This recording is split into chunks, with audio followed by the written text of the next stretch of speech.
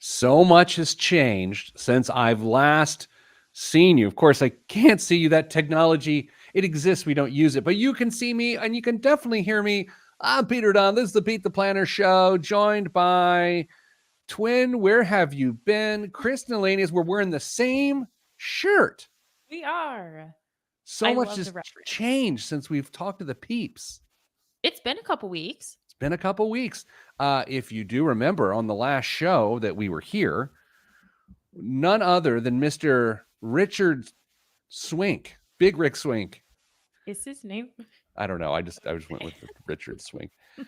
Big Rick Swink said, "Hey, you need to be rocking." I was looking for a hobby, a habit, a hobby habit, Yeah. and he said you should consider rocking. And of course, if you were listening to the show, I said, "Well, what?" And then I did, and I have, and that's what I've been doing for 2 weeks.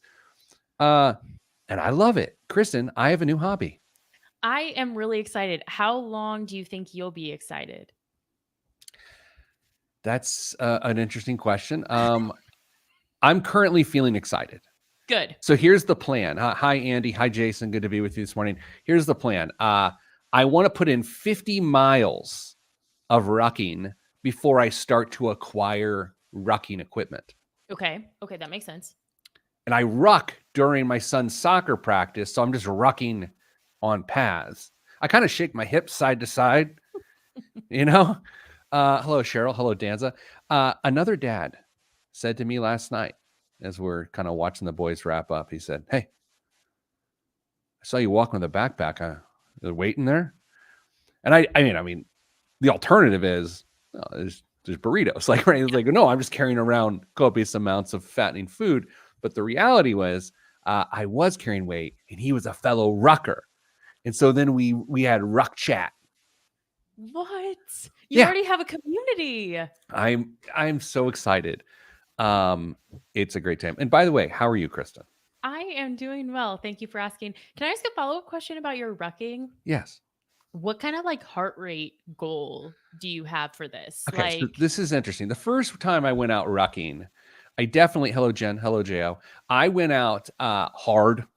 Yeah. oh, But I also didn't have that much weight. But I was also doing like this pretty big hill in a park by my house, and I'd go up it and then go down it and go up it and do 3 times. So I got to like 135, which is okay. But now I've just been rucking on these trails and there's no elevation change. And I have picked up the weight significantly. I'm only around 119. I can't really get much around 120. So I'm either going to need to up the weight or maybe get off of a paved trail. or quicken your pace. Sure. There's that. Kristen, the other thing that's been happening since we Yes. last all joined each other is, I don't want to call it Return of the Mac, but You love that phrase. it's the greatest song ever. This is like, sometimes I like to laugh about our generational differences, yours and mine, and sometimes they're endearing and fun. But you not realizing how great of a song Return of the Mac is in itself actually offensive. Do you want to make it worse? Oh God. I mean, can it get worse than you've never heard the song? Well, my only reference to the song Oh, is is that it's stupid? Macklemore. Anyway, I'm back on social media for a reason, which will be unveiled sometime soon. But I'm back, and I'm just kind of loosening up, getting my vibe back. I used to be good at it, if you can be good at those things, and now I'm back testing out some muscles. I've got a big project I'm working on, and so I'm like, let's go ahead and see if I can entertain the folks a little bit. I'm excited. It's helping my social media presence. Danza asks, how does Pete feel about the soap commercial defiling his jam? That would be the Return of the Mac soap commercial. I actually have mixed feelings about that, Danza, because I love the song so much. I love hearing it whenever I can. But the fact that it is being used to soaping folks is a little weird for me. Soaping's a verb. Not. It might be. You can make it one, but it's not. Oh, Chris.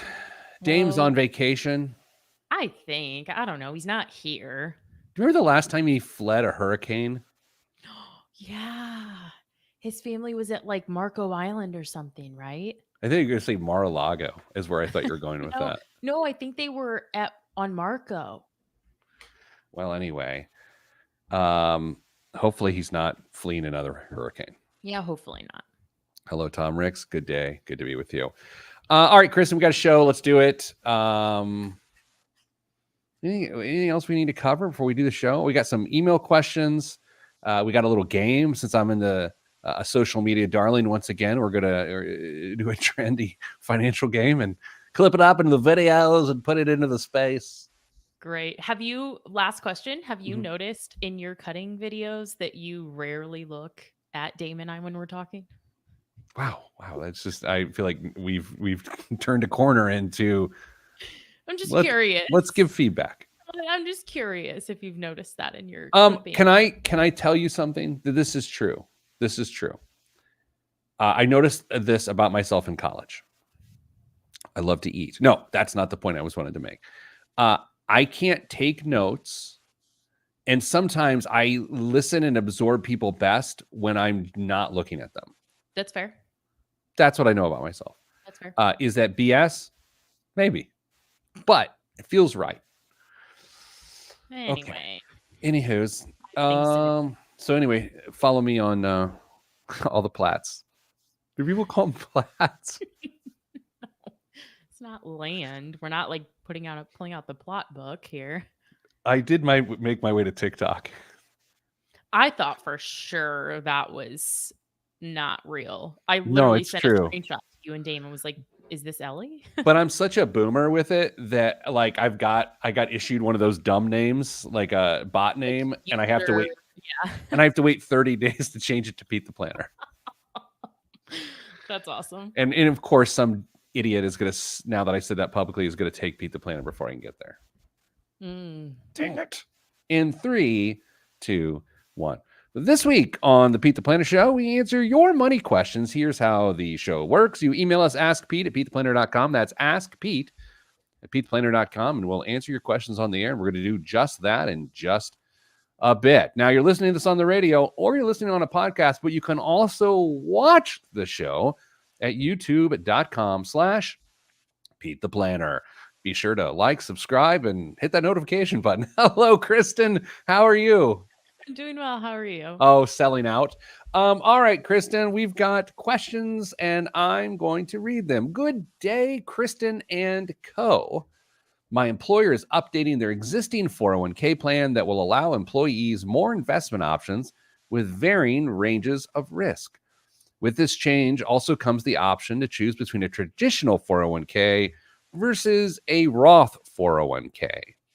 The Roth 401k seems like a no-brainer, but I'm worried that I could potentially miss out on the company's match and its long-term returns. Here's why. Since the start of 2021, I've contributed 75,000 American dollars, and the company is matched with 68,000 because we have a 90% match. So I've been nearly maxing out each year in the traditional 401k, and that from a budget standpoint is right at my maximum. So I have a math question for you. No. Oh man, where's Dame? Is it financially better to keep contributing to the traditional 401k just to take advantage of the additional company match that I'd be able to garner?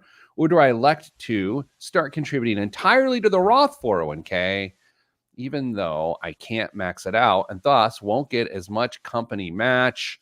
I realize this is also perhaps a political question because who knows what the future looks like from a tax standpoint.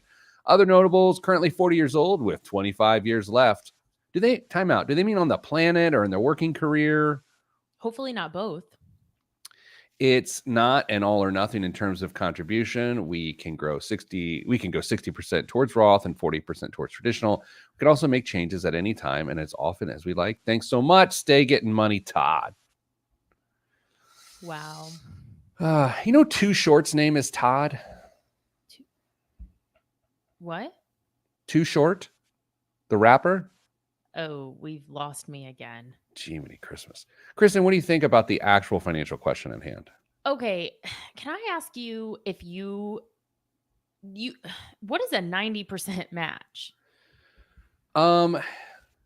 Do you think he said about, I mean, he said approximately 90% match. So I think he said approximately 90% match. So I think he was just equating his contributions to theirs.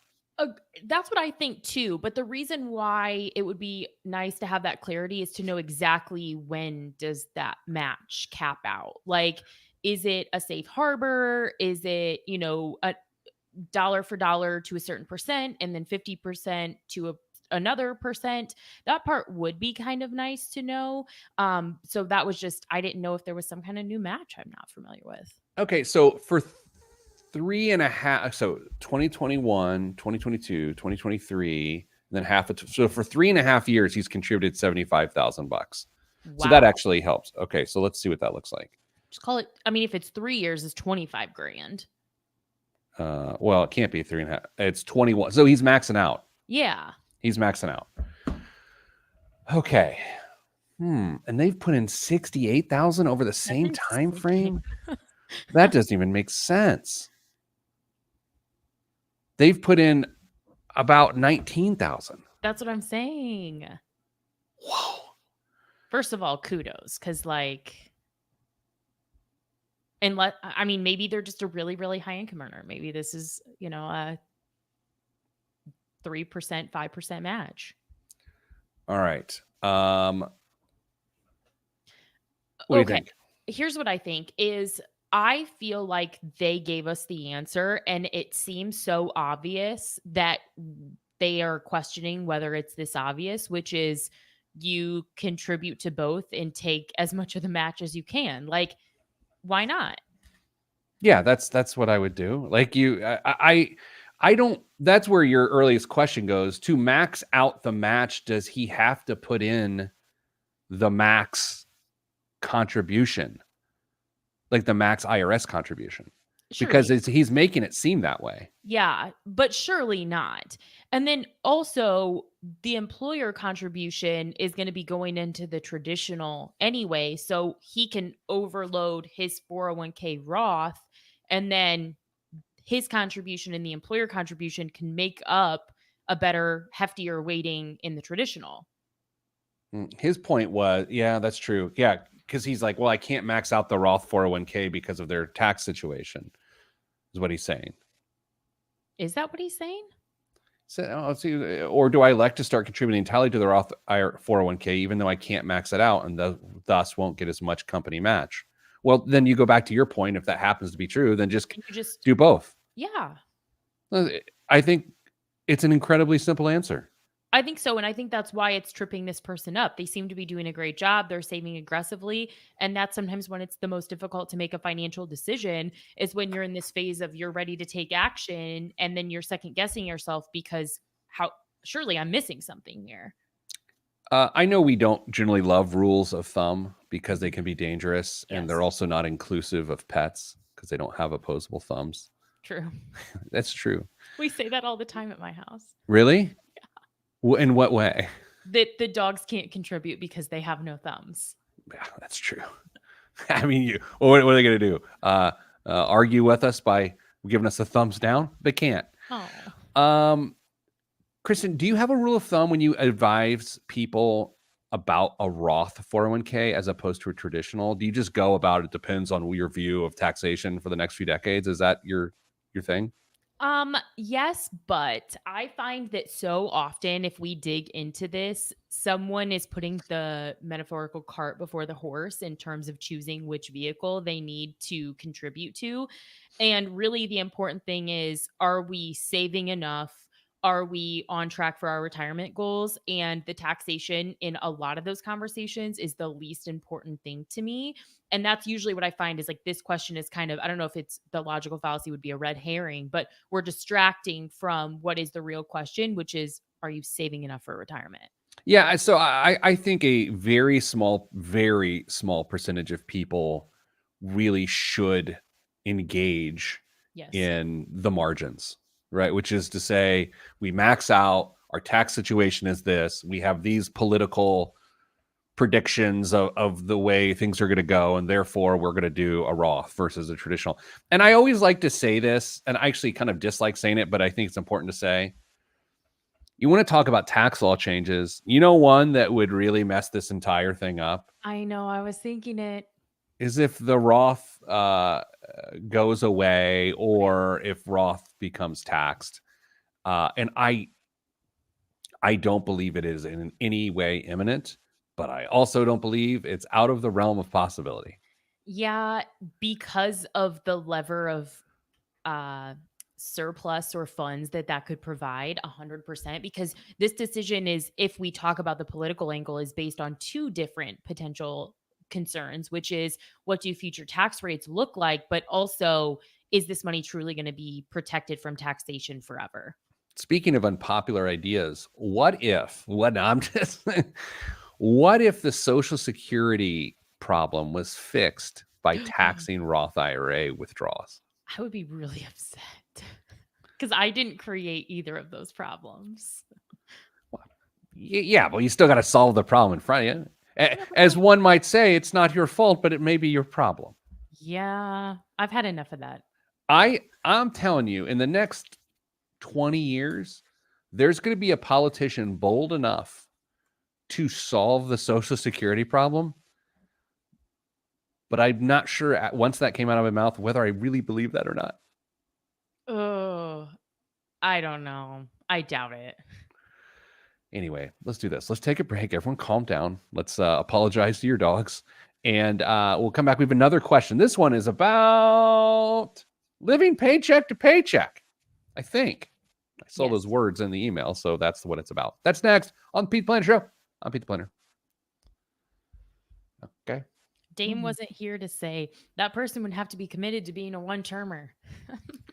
Man, and plus we started talking about the government, and I could have just sent him. I don't know. He's doing a pretty good job. He's resisting it. Yeah. Yeah. Very Ron Swanson. I want to Google this before I say it on the air real quick. There's something I want to say. I just got to make sure it's true. That's probably your journalistic integrity is appreciated. It is true. Oh, we don't know if it's true. I can't tell. Now I got to go to Twitter to see if it's true. I thought you weren't on Twitter. Oh, I mean, I get pulled up. Let's see. This makes for such great broadcasting, but it's important enough to check whether it's true. I just got a text from a person. Okay, it is true. This is true. Oh boy. So Trump did sit down for an interview with Dave Ramsey. That's something. It certainly is. So apparently the Ramsey team reached out to both Vice President Harris and former President Trump, and Trump sat down with Dave. Do you think Dave will freak out by the amount of debt that Trump has? No. I bet he will. You know, will he tell him to act his wage? Oh my gosh, can you imagine if he tough loved him? What if he tough loved him? That would be so entertaining. I'd watch that. I for sure would. It'd be hard for me to watch that, but I might watch it. Anyway, today we're joined by Donald from Florida, who's got $500 million of debt. Donald, time to cut up the credit cards. Okay. Anyway, good times. All right, let's do the next thing. It's called a segment, and it starts in 2 seconds. 1, 2. Back on the Pete the Planner Show. Kristen, we've got another question that someone emailed us, and now I'm going to put it in your ear. Here it is. Hello, Pete and team. Time out. That's not the name of the show. It's Kristen and Co. And that's it. I have a friend and his kids that recently came into a small bit of funds that they can start finally doing some planning, as opposed to living paycheck to paycheck. Time out. Kristen, I have seen this situation dozens and dozens and dozens of times, and it either will change their life forever in a good way, or whatever has been going wrong will accelerate into an awful, unsolvable problem. How's that for dystopian view of Yeah. financial management. Love your outlook there for said emailer. I pointed them at a few of your books and the podcasts. They're already in trouble. So kind. But they started feeling overwhelmed when they saw how many episodes there are. So Believe me, they're all garbage. I'll be honest. Which episodes or lists would you recommend for complete beginners to investing and budgeting with like $4,000 to $6,000 seed amount? Big pause. That was like the reveal. By the way, thank you for the email. Thanks for thinking of us. Kristen, someone comes into $4,000 to $6,000. Which radio show of ours or book or whatever do we want to separate the asks? Because there's like a media question and then there's $4,000 to $6,000 question. Yeah, I think it's both. And really, why don't we just say this episode? Don't feel overwhelmed. We'll just this episode. What? It hadn't even occurred to me. Were you setting me up here? Yeah. That's genius. I hadn't even thought of that. Well, it's episode 5. I don't know what episode this is. Okay. All right, Kristen. Let's say someone was living paycheck to paycheck. Yeah. And they came into a bit of funds. Yes. $4,000 to $6,000 to start doing something. Mm-hmm. Go. Do you want to say the worst things they could do? Yeah, sure. I mean, let's terrify them because they've already done them and now they're Maybe like, they haven't. Maybe they haven't. So avoiding the temptation to purchase anything that depreciates is so key, especially if you're going to have a monthly payment on it. Okay, if a person doesn't have a high financial acumen, they're just getting their stuff together, you may need to talk about things that depreciate. Like what are you talking about? Like an ATV? Yeah, or a camper or a car, something that, you always hear as soon as you drive that car off the lot, the price, decreases by X% or whatever. That's what we're talking about here, is making a purchase of something that isn't a consumer good. So this is different from going to the grocery store or purchasing the things you need. But I would say anything that decreases in value, particularly if you're going to kind of secure yourself to that monthly payment as well. Is it as clean as to say a purchase doesn't do it, or is it about what? What is this more about you can purchase investments, which you do purchase an investment, right, but no consumer purchases, and don't try to justify a single consumer purchase. None. Creating stability. None, because we as people can justify anything. We can justify anything. We needed this, especially if they have children. The kids needed it. The kids, they really needed it. And it doesn't, whether that is objectively true or not, does not help their financial stability and the potential progress or this like momentum that they're trying to build. I certainly get your point and I get my point, but I will throw one wrench in the spoke of that. What if they bought like a commercial mower and started a landscaping business? That's different, right? I feel that that's different. Okay. What other things should they not do with their $4,000 to $6,000 of seed money? They should not, assuming I read this as this is really their fresh start, because paycheck to paycheck to having money to me sounds like we don't have an emergency fund. So tying up this money is not something to do, even if it feels like a good decision. So don't put it in a Robinhood account. Don't put it in a Fidelity account. Cash is king. I got nervous reading this the first time because I was like, there's no way they have an emergency fund. So the seed amount literally is just going to an emergency fund. Exactly. Here's the other thing, and this sounds negative. It's not meant to be. It's just an observation. Here's the other thing about novice investors that always scares me a little bit is the relative nature of good returns. Okay. So Kristen, if you have $4,000 and I say, hey, there's a scenario in which at the end of this year, best case scenario, you have $400 more than you had starting at the year within that investment, which would be a 10% return. Right. It's not uncommon for a person to hear that and be like, no, I'm looking to double my money, or at least I'd have $1,000. It's like, that's a 25% return and a novice investor doesn't necessarily have anything other than luck that could lead to a consistent 25% return. Yeah, you're exactly right. It's just lack of exposure, and there's nothing wrong with that. It's nothing to be ashamed about or to feel any negative type of emotions toward. It's just this is likely a new reality for them, and setting proper expectations is key. Yeah, I even think about my kids. It's like, okay, maybe they do something. They got $100. All right, well, let's teach them how to invest. Next year, you have $105 or $108. Right. And they're like, what? Why didn't I just spend it? It's hard to explain that to people. However, when you got $1 million, Right. $1 million, it's $50,000 to $80,000 Mhm. that you get for doing nothing.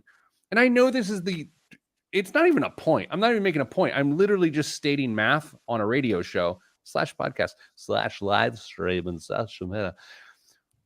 If you have $1 million, it's so much easier to passively make income as opposed to having $100. Again, I'm not making a point. I'm stating math.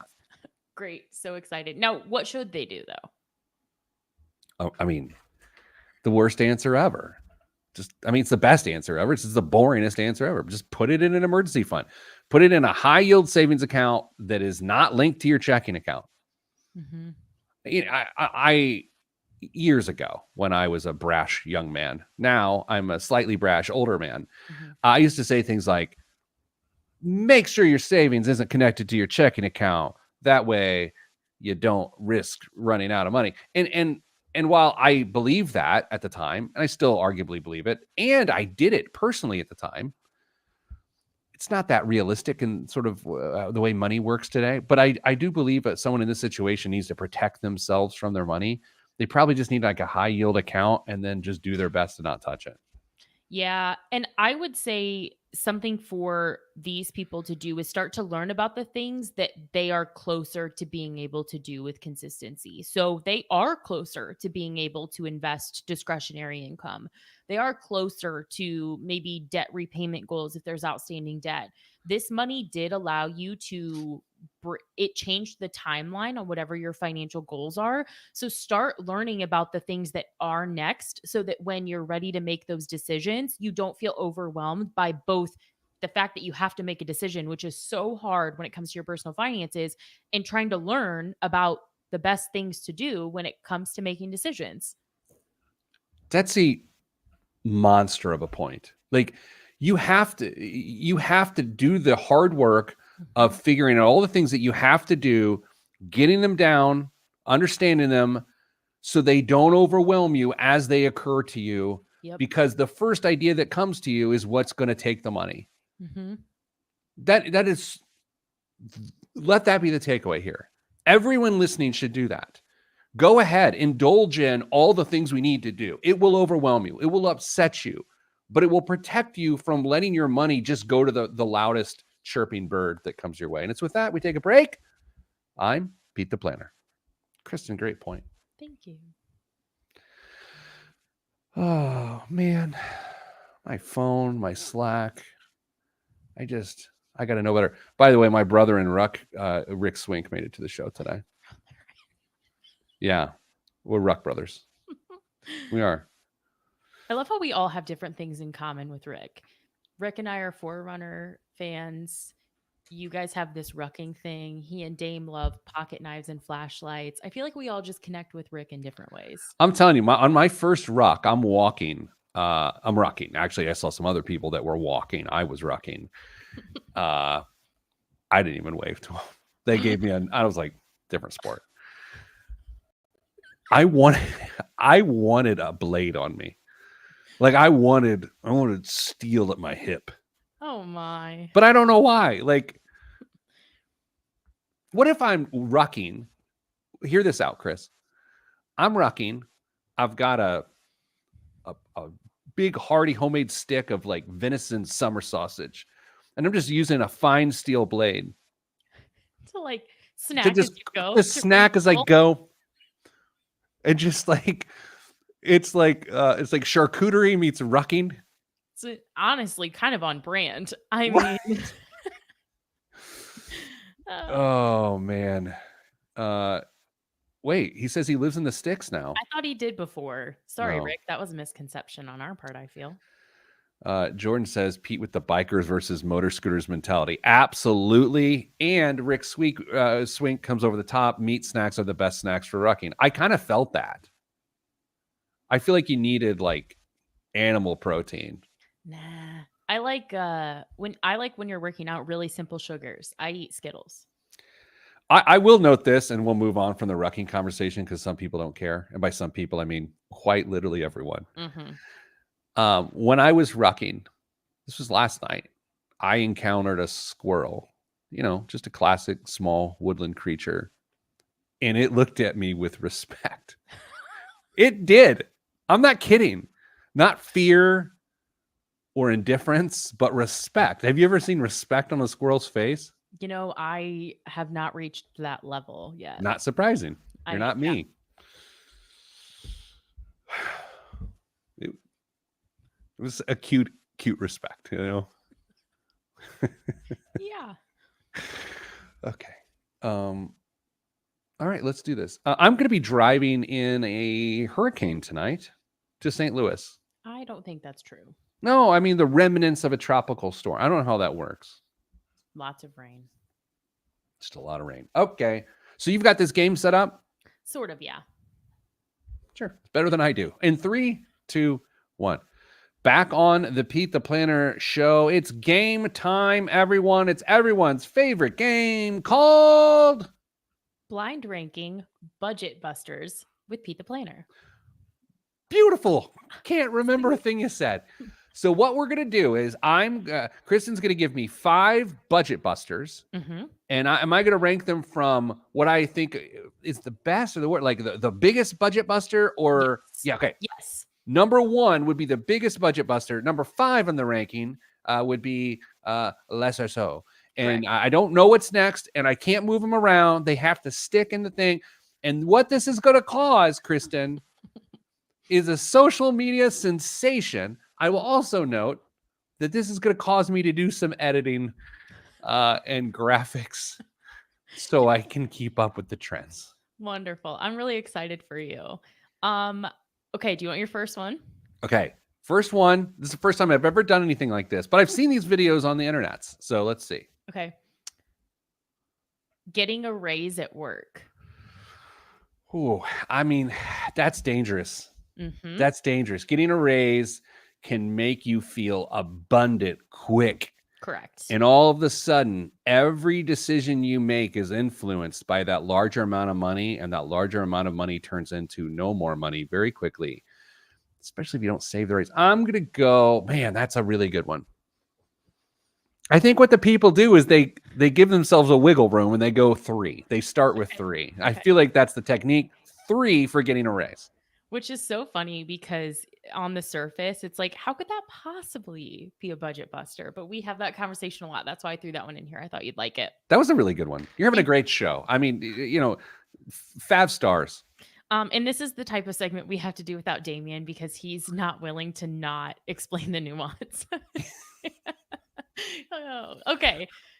Second one. Placing household items. Could be like your dog food, laundry detergent, just like things, your consumer goods on auto ship. It was ship with a P. Correct. Okay. Misheard it. 5. Okay. Do you want to explain that one or do you want to hear where I was kind of coming from with that one now that you've already ranked it? Go ahead, and then I can shut it down if I have to. Okay. So I feel something that I'm kind of in tune with is I do have some things that are shipping automatically. And I have, since I set those up, some of them years ago, completely lost sight of how expensive some of that stuff is. Like we talked about this Pete, time. We talked about this a while ago on the show, which is the FOOD that my dogs consume. And it has gone up like 70% since the start of the pandemic. But the reality is I'm so unaware of that rising cost because it just shows up at my house every 3 weeks. And it's in this case, the dogs and the cats are eating. is what you're telling me. That's exactly what I'm saying. Subject versus object. Right. Excellent. Keep it at 5. Don't care. Okay. Going to the grocery store without a list. Oh, man. This is a problem for me on Sundays when I make a big family meal. Yep. I took Ted with me last time, and he was throwing stuff in the cart, and I'm like, brother, we're going to do it. Like, it got weird. We're really broing out right now. But still, I know there's some stuff to come here. I'm going 4. I'm going 4, but that is a problem for me. Yeah, that's exactly where I was coming from with it too, is for me, this is not a problem. This is not a problem. I don't need a list. I'm not buying things I don't need. I don't find there to be like, I think it's a marketing thing. I'm not easily drawn in by packaging or things like that. However, my roommate cannot be sent unsupervised to the grocery store. It's just not, he comes home and he's like, I have Oreos and this and that. And I'm like, none of that was on the list. As we're doing this, which I'm enjoying, this is a good time, and it might make something special on the back end. I'm just terrified of how in the world I'm going to edit this down to 1 minute for YouTube Shorts. YouTube, they can only be a minute? On YouTube Shorts, I'll have to do a part 2, which is annoying. Oh, people hate that. Yeah, I'm not trying to get people to hate me. Anyway, next. Oh, do I have to? Yeah, next. Okay, so far I know where we're at. Yes. Taking a 401k loan. Okay. The thing is, I'm going number 2, and here's why. It's not actually a budget buster. It's just a bad idea. Like it is. It could bust your budget in the sense that then you have to repay it, and so then you're taking some out of your paycheck. I feel like there's something on the horizon. You save something for the end to really put it to me because you think I'm an amateur, and I've made room for it now, so I feel great. You have made room for it. Here's what you're gonna say: having kids, number 1.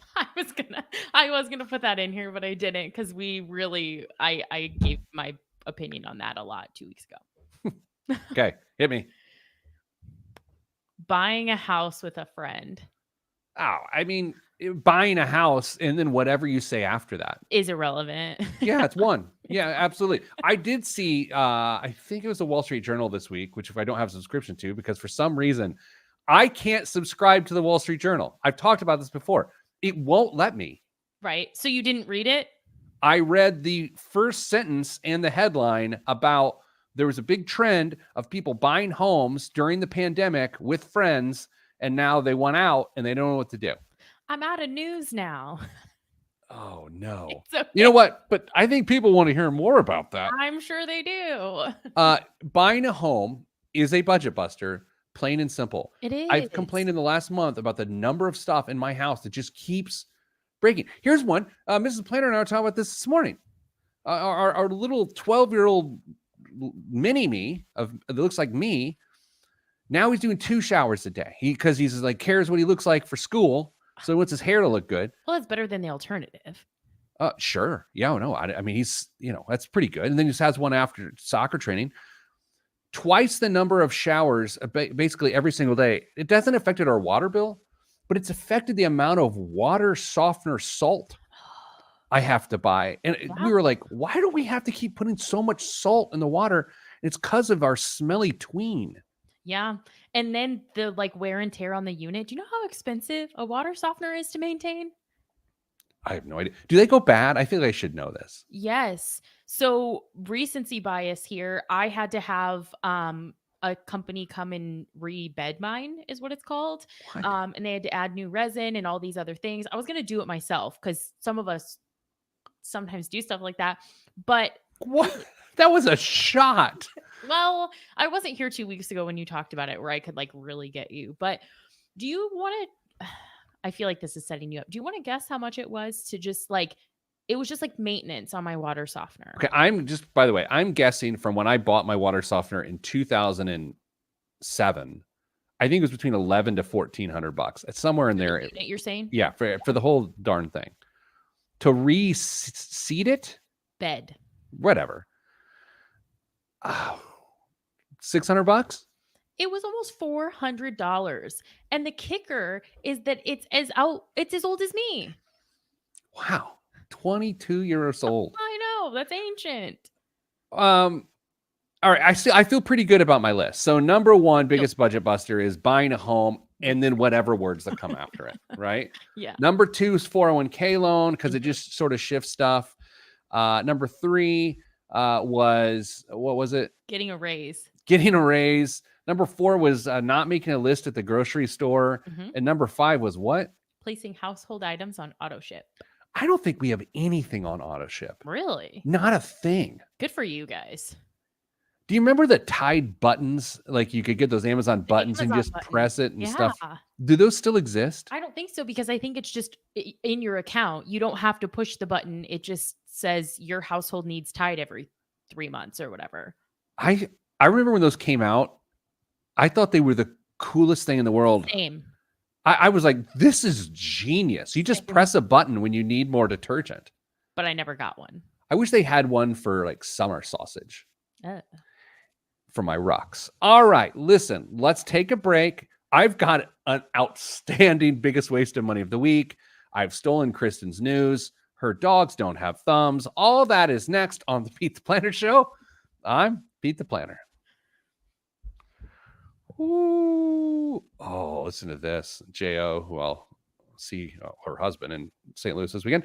Almost $7,000 to have the dying, becoming unsafe oak tree cut down from their yard. They had this giant, beautiful oak tree that they cut down. And of course, $7,000? $7,000 to have it cut down. I gotta take a second. What? Did they drive a Cybertruck into it or something? Like what? How in the world? I mean, I'm not doubting that it cost $7,000. Same. Right. I'm just like, I just have never been in the market for a tree chopping. Valid. Oh my Yeah, but God. then they took away the wood and they probably sold it. Sure. To the guy who lives down the street from me. The guy selling all the stools. Local firewood. 15 people? 15 people. I feel like I don't fully understand how big this tree was, Julie. It was huge. I will say this, that there were squirrels involved and none of them looked With respect. Yeah. Yeah. We got to keep it moving. Same. I got stuff to do. Oh my gosh. I'm a little bit in shock. It takes a bit to get me. That one got me. That's so much money. So much money. It's like, what'd you do? Well, for the last 2 months, I went to work so I could cut down that there tree. What? I hate thinking about money in that respect. I worked this many hours to do this thing that I didn't want to do at all. Did I tell you? No, we haven't had a show since then. So at a high school football game last Friday night, I'm sitting there, right? And watching my daughter cheer. Flippity flappity. She does a great job. And there was this young girl sitting behind us, 14, 15 years old. She's talking to her friend and their mom. And she was like, they wanted to pay me $10 an hour. She goes, I wouldn't get out of bed for $10 an hour. So they're paying me $10.50. And it was like, wait, there's so much here. Number one, you wouldn't get out of bed for $10 an hour, which is above minimum wage as a 15-year-old. But we're in Carmel, so that made a lot of sense. But then the deal was done for 50 cents. For 50 cents more an hour. A 5% raise, yeah. Yeah. So we got that. For $10.50. I don't know what's funny. I wouldn't get out of bed for $10 an hour. Hearing like a little teen voice say that with that's funnier, or so they're paying me $10.50. It's like, man, you are a real have a hard bargain. Shop buster there. Okay. That's funny. In 3, 2, 1. This week's biggest waste of money of the week, right here on the Pete the Planner Show, is the Louis Vuitton Pharrell Williams bed trunk. The original Louis Vuitton bed trunk was introduced in 1868, giving travelers a consistent, more comfortable place to sleep as they explored the globe. It was reintroduced last April, and now it's gotten a makeover from the Masons' men's creative director, Pharrell Williams. He's given it a slightly historic makeover with a distressed stripe pattern on the exterior and interior inspired by canvas dating to the 1870s. Pharrell's signature LV Lovers tag is present on the trunk's sides, while the mattress pad features a subtle camo motif, stolen valor. Oh my It's God. joined in the lineup by a version heavily styled by LV's artistic director of women's collections, Nicholas Gascari. So, Kristen, for this bed, and I don't know if you understand this, it is a giant LV trunk, like a foot locker that's huge, that looks like a twin, maybe a twin bed folds out of, and so you can sleep with this bed trunk. How much do you think this costs? This is, for those not watching the live stream, is also giving Harry Potter, not Louis Vuitton. in my opinion. Sure. But this costs $13,000. Oh, you are just what was the old rule on this show for you on guesses? I was supposed to double it before. No, it was multiply by 10. Oh my. It's actually $221,000. No, it is not. $221,000 for a Louis Vuitton bed trunk. That's a great one, isn't it? And what are you doing with this? Who vacations with their bed? Well, what I do in my bed is sweat and snore. What others do in their bed, I have no idea. Anyway. All right, Kristen, what's in the news this week? You're going to love this one, Pete.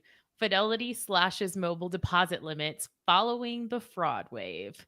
Fidelity Investments put stricter guardrails on the deposits customers make through its mobile app, hitting back against a check fraud scheme that targeted the investing giant earlier this month. Fidelity slashed the amount certain customers can deposit into their cash management accounts to $1,000. Do you want to guess what the previous limit was for a check deposit through Fidelity? $5,000. $100,000. Why? What? Yeah. The Boston firm is also subjecting some account holders to a 16 business day hold on deposits before That's the crazy. money is made available. So that's okay. So 100,000 is dumb. Correct. And 16 days is dumber. Correct. Like they're giving you this illusion of choice of like, we still want you to be with us, but actually we don't want your business is what this feels like. Like we don't want you depositing these checks because who's going to wait 16 days for their check deposit? Isn't this like we were talking a couple weeks ago on the show, like these new hacks Yeah. where you just like, just check fraud. You write a check that you can't cover, deposit it or whatever. And, right. and there you go. I just feel like there has to be a better mechanism for preventing fraudulent activity that doesn't basically make it impossible to do business with them from a cash management perspective. Generally speaking, and I know they're depositing into an account, but when I make a deposit into an account as opposed to an asset transfer, like if someone writes me a check and I just need to deposit it, it's generally a pretty small check. Right. Like it's usually $1,000 or less. Right. So who apparently you and I live in a completely different world where we just don't have $100,000 checks sent our way that we would deposit. Yeah. I'm not sure why in a cash management account we're dealing with checks at all, really, but that's okay. I will say this, and this may impress you. Okay. I pay my mortgage in person, physically, yes, hand them a check. I deposit checks when I receive them via the mobile app. Oh, my word. Look at you. I know. I mean, sometimes I'll fax them, but usually it's the mobile app. Really with the times. What else is in the news? The story you stole. They bought homes with their friends and now they want out. Buying a home with friends sounds like a dream until it isn't. More friend groups bought homes together in recent years, especially those who couldn't afford to go it alone in the feverish pandemic housing market. There was the fantasy of hanging out around the fire pit together, splitting up solo weekends, and all of it comes at a cut rate. Now, as some look to exit, they're facing a dilemma. How do you untangle shared finances without damaging friendships? I've only had roommates when I was in college, right? Like that's the extent of it. We got along well. In fact, the tree chopper here, Luke, it was a college roommate of mine. Got along fine. I've never had a roommate as an adult though, and I can't imagine it's sitting around fires and this and that. Like it's not that glamorous, right? I don't know. I mean, to say that I don't get it wouldn't be fair because the what do I want to say? The barrier to home ownership as a single person, it is just so hard. And to say you and your friend who you were going to live with anyway can own this house instead, and you can potentially, I'm not going to say you will, but you can potentially build equity. I totally get the appeal. I do. It's just wrought with. Of course, this was going to happen. Like Right. there's no other path. I mean, there's what 5% of the time it works out. People sell and go their separate ways because inevitably, what if someone wants to get into a relationship and then they want the house? I mean, it's a. This feels like a young person thing to do. It is, I think. But it's the exit strategy, right? It's why one of the most controversial topics we talk about on the show is having a prenup. And this is, you need to have like that version for this is like the exit strategy when there is a lot of money that needs to be exchanged or someone has to take on more debt. Because, like, if you think about Pete, in the last 2-3 years, the increase in a home price, we're talking the equity that someone is going to then have to come up with to buy out their friend, it may have even made it harder for them to buy a home, even though they're currently a homeowner. Unbelievable. Because I'm just sitting here thinking, I'm like, there's no way it goes well. Here's how this used to go. The smart friend would make the purchase and then just take rent payments from everyone else. Mm-hmm. And so then when you try to get two smart people involved, it doesn't end up being so smart because then the separation is really messy. Yeah. But I think that's the problem is like even the friend that potentially had the highest degree of financial stability could have either been priced or income out. That's not a word Yeah. from. Oh, yeah, it is. A person can be soaped and they can be incomed out. Correct. Yes. I have to say, speaking of housing, and there was an episode of the New York Times Daily podcast this week about why housing has gotten so crazy. Yeah. One of the best podcast episodes I've ever listened to. Really? Highly recommend. Actually, I'm going to send it to you so you can send it to your team. It is really, really great. So we're recording this a week ending the 27th. So it was probably the 23rd, 24th episode, September 23rd, 24th episode of the Daily, New York Times Daily about housing. And it talks about, this started to go off the rails in modern times here after the housing meltdown of 2007, 2008. And then it went crazy from there. So listen, if you're interested, and if you're feeling down and out about not being able to buy a house and feeling like you're lesser than because you can't figure it out, listen to that episode. It's really enlightening. Kristen, do you have time for a 30-second story? Yeah. Regional airlines are doing terribly and need a recession, according to the Wall Street Journal. In the latest annual report published a few days ago, Regional Airline Association revenues are the lowest they've been in 2 decades. And what would a recession do? There's a whole bunch of regional airlines. Are they really regional or are they big airlines? Like, there's way too much to dig into. Sure. The thing is, and no one loves to hear this, a recession is the solution to a problem. No one loves to hear it, but the reason a recession exists is to level out the market and the economy. Anyway, that's it. Send you good vibes because good vibes are all that's in the budget. I'm Pete the Planner. This is Pete the Planner Show. That was that. Cool. 54 minutes. All right. Now I'm going to dig into the dumpster fire. This is my Slack.